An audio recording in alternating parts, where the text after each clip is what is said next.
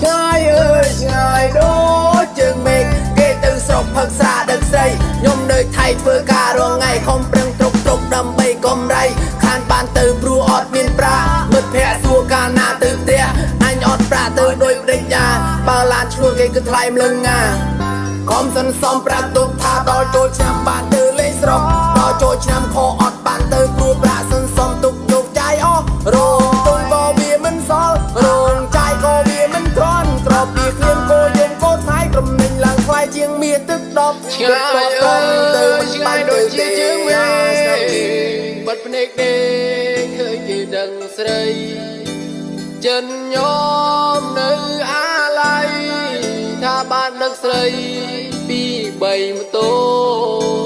គេផ្លេចទិញឡានទិញដីខ្ញុំផ្លេចអង្គការអូដីមានលេខជាងចិត្តពាក់ធនាគារគេមកជាអត់ប្រាឲ្យគេអូដី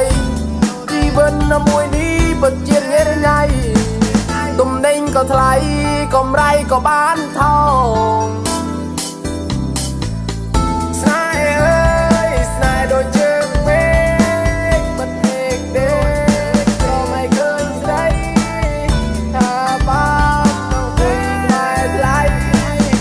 លើជ័យនៅក្រោមដើមស្វាយមិនយកពីគេ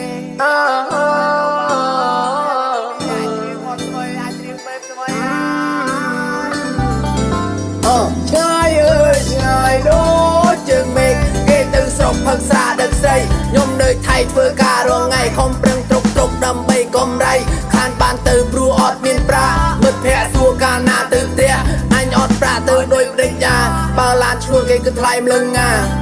ខំសន្សំប្រាក់ទុកថាដល់ចូលឆ្នាំបានទៅលេងស្រុកដល់ចូលឆ្នាំខអត់បានទៅព្រោះប្រាក់សន្សំទុកយកចាយអស់រងទុនក៏វាមិនសល់រងចាយក៏វាមិនគ្រាន់ក្របពីឃ្លានក៏យើងក៏ថ្លៃប្រមិញឡើងថ្លៃជាងមាសទឹកដប់ឆ្ងាយអើយឆ្ងាយដូចជាជើងមេបិទភ្នែកដេកឃើញគេដឹងស្រីចិនញោមនៅអាឡ័យថាបានដឹកស្រីពី3ម៉ូតូគេផ្លេចទិញឡានទិញដីខ្ញុំផ្លេចអង្គការអូដីមានលេខជាងចិត្តពាក់ធនាគារគេមកជាអត់ប្រាឲ្យគេអូដីជីវិតមួយនេះពិតជាងាយញ៉ៃទំនិញក៏ថ្លៃកម្រៃក៏បានថោកស្នេហ៍អើយស្នេហ៍ដូចជើងមេឃបិទភ្នែកដេកក៏មិនឃើញស្រីថាបាននៅពេលថ្ងៃថ្លៃលើជ័យនៅក្រោមដើមស្វាយមិនយកពីគេអាចរៀងបែបស្មៃ